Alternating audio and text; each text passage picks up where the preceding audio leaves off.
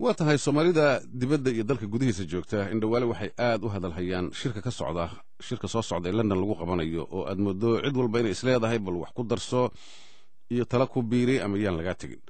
haddaba magaalada Columbus ee gobolka Ohio ee dalka Mareykanka waxa ku shirsan aqoon-yahano Soomaali ah oo dabcan arrimaha ay ka hadlayaan shirkaani uu ku jiro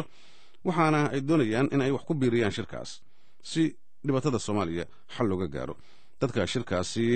Ohio qaban qaabiyana waxa kamid ah Jibriil Xirsi oo wariyaha BBC-da ee Mareykanka Maxamed Xaaji Xuseen uu waramay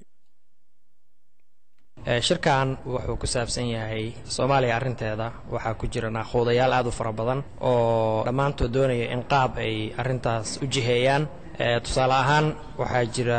barnaamij la dhaho road map oo kala guurka in looga baxo ay ahayd waxaa jira shir ka soo socda Ingiriiska oo la doonayo in xal lagu keeno waxaa jira talooyin ay bixinayaan dalal ka mid ah Talyaaniga oo ay ku talinayaan Soomaaliya in maxkamiyad la geliyo iyo trusteeship cusub arrimahaas oo dhan marka la isu geeyo waxaa noo soo baxday annaga Soomaalida ah oo wax garadka ah oo qurbaha jooga iyo dadka aan Soomaalida ahayn ee hawshan wax galka ka ah sida dawladda Mareykanka wasaaradda arrimaha dibadda inaan isu nimaadno oo aan dawladana ka dhaadhicino waxa danta waa Soomaaliya markii laga hadlayo Soomaaliya arinteeda waxa laga hadlaa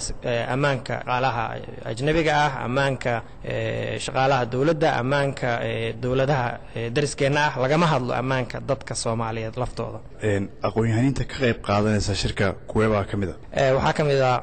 Professor Ahmed Ismail Samatar waxaa kamid ah Dr. Cabdinuur Sheekh Maxamuud oo ahaa wasiirkii hore waxbarashada dawladda ku meel gaarka ah waxaa kamid ah gabdho Soomaaliyeed oo ay kamid tahay Dr. Khadija Maxamuud oo nooga timid jaamacadda Rome ee dalka Talyaaniga oo ka shaqeysa arrimaha dadweynaha iyo populationka waxaa kamid ah Saadi Ali Aadan waxaa kamid ah Khadra Maxamed waxaa kamid ah Professor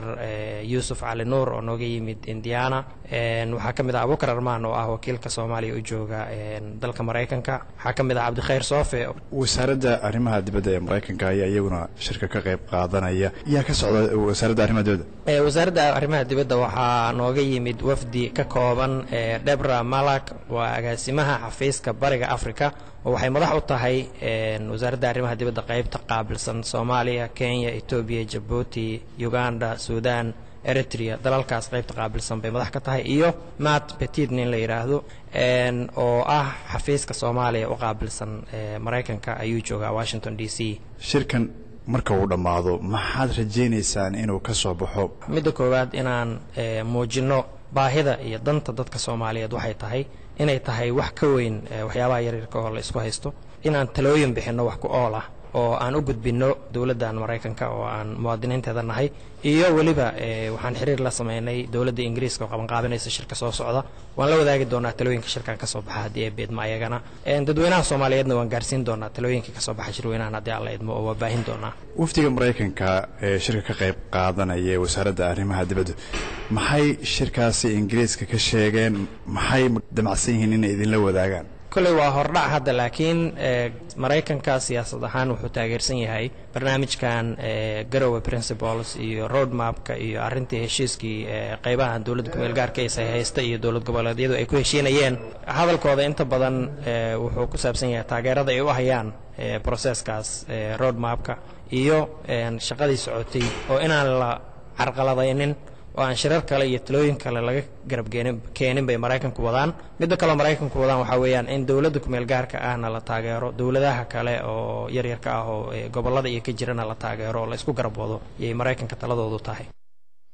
kaasi wuxuu ahaa Jibriil Xirsi oo wax ka qaban qaabiyay shir aqoon-yahano Soomaaliya uga socda gobolka Ohio ee dalka Mareykanka wuxuu u waramayay wariyaha BBC-da Maxamed Xaaji Xuseen Shiino halkaad nagala socotaana waa London akhyaartana dhageysanaysay